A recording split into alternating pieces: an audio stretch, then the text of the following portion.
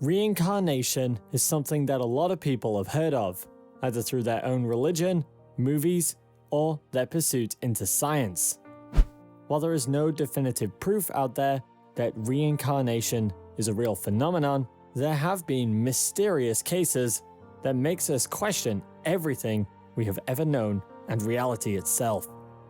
Today's story is about one such account that made us question a lot of things science has been saying about our lives for so long. Greetings, salutations, and welcome to our channel. As always, if you like our videos and would like to support our channel, be sure to like this video and subscribe.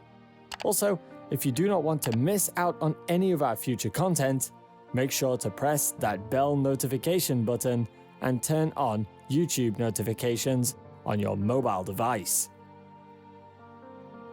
Today's story is about a person that was dubbed by the masses as the boy who lived before. Today, we will be talking about Cameron Macaulay. Without further ado, let us dive right into the story. Cameron Macaulay spent his entire life living in Glasgow, Scotland. However, ever since he started speaking when he reached the age of 2, he has been speaking of a past life that he had lived on the island of Barra, which is situated off the west coast of Scotland. Cameron spent his childhood with his mother, Norma. As he grew, the things that he spoke of only grew stranger, as he started talking about a white house that was beside the sea and the beach. He also went on to explain that airplanes frequently used to land on the beach, and he was good friends with a black and white dog that he used to own while he lived there. The Macaulay family had never traveled to Barra in their lifetime, as the distance was over 200 miles from where they lived. It would take an hour to get there by plane, and even longer if traveled through the sea. According to Cameron, his father on his previous life was named Shane Robertson, who, according to him, died due to a car accident.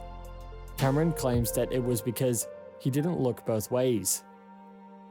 Let us take a closer look at Cameron's supposed past life on Barra. Out of all the things that Cameron always spoke of, one of the strangest subjects that he liked to touch on were the toilets. He constantly complained that while he lived on Barra, his parents had 3 toilets. Who knew reincarnation came with a chance of being slightly spoiled? He spent a lot of his time drawing the house that he remembered from his past life. According to his renditions, the house was a long, white building standing on the beach. He likes to sit down with people and tell them all about his parents, brothers, and sisters from said past life. However, as time went on, little Cameron started getting more and more upset about leaving his past mother behind. She cried every night, claiming that he wished his mother from his past life could see that he was doing fine. As every good tale does, this story started to spread around as well, until it came to the attention of a film company. After taking a close look at the whole situation, Cameron's nursery school teacher made the suggestion that it would solve this mystery once and for all if they would film him as they take him to the island that he craves to see. Discussions took place as the film company finally decided to take Cameron to Barra. For this journey, they enlisted the help of Dr. Jim Tucker, who was a child psychologist. When the film crew broke the news to Cameron, he lost his composure completely, as he started jumping up and down, claiming that he's finally going home. 2006 marked the year when Cameron finally made a journey to Barra, and upon reaching the destination, they were surprised to find that they had landed on the beach, just like Cameron used to claim and draw. Cameron started running around frantically, yelling in excitement to the world, "I'm back!"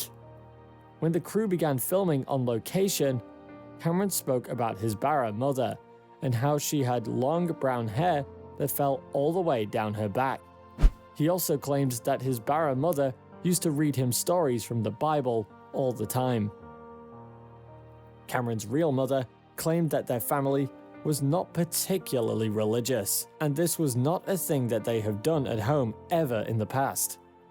The crew, along with Cameron, finally booked into a hotel and began a hunt for clues to uncover Cameron's supposed past.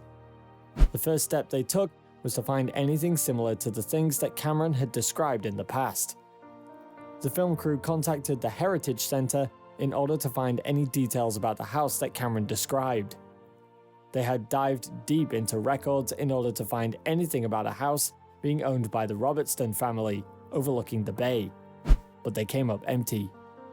After traveling so far, such a result made everyone feel disappointed, but they continued their search as they drove around the island in order to search for the house that matched Cameron's description. However, to their dismay, they came up short once more. However, as they grouped up and brainstormed, they came to the realization that they were looking in the wrong direction all this time. The planes that Cameron described would be coming from the wrong side of the bay. They came to the realization that if Cameron had seen those planes from his bedroom window, they would have been going the other way. Using this new realization, they fine-tuned their search as they receive a call back from the hotel, telling them that there was indeed a Robertson family home on the other side of the island. They decided to drive Cameron there, but they kept him in the dark as to where they were going. However, when they arrived at the house, Cameron jumped out of the car immediately as he began to run straight towards the house. He clearly knew that it was the house from his past life. As the film crew followed Cameron all the way through the door, they noticed Cameron's face suddenly turned pale as he goes quiet. It seems that Cameron recognized the gate at the front, and that caused him to know exactly where to go. But once he entered the house, everything was not as he remembered, as he stood to one side, uncertain. However, it seemed like he got over his conundrum as he started running around the house as he showed off all the rooms where he had lived. He made sure to show the film crew all the nooks and crannies of the house. He did not forget to show them the 3 toilets that he always loved bringing up. If that was not bizarre enough, when Cameron led everyone to the garden, he took them to his secret entrance that he had been speaking of for years. This surprised his mother the most, as she slowly started to believe. However, this story has its fair share of strange conundrums and concerns as well.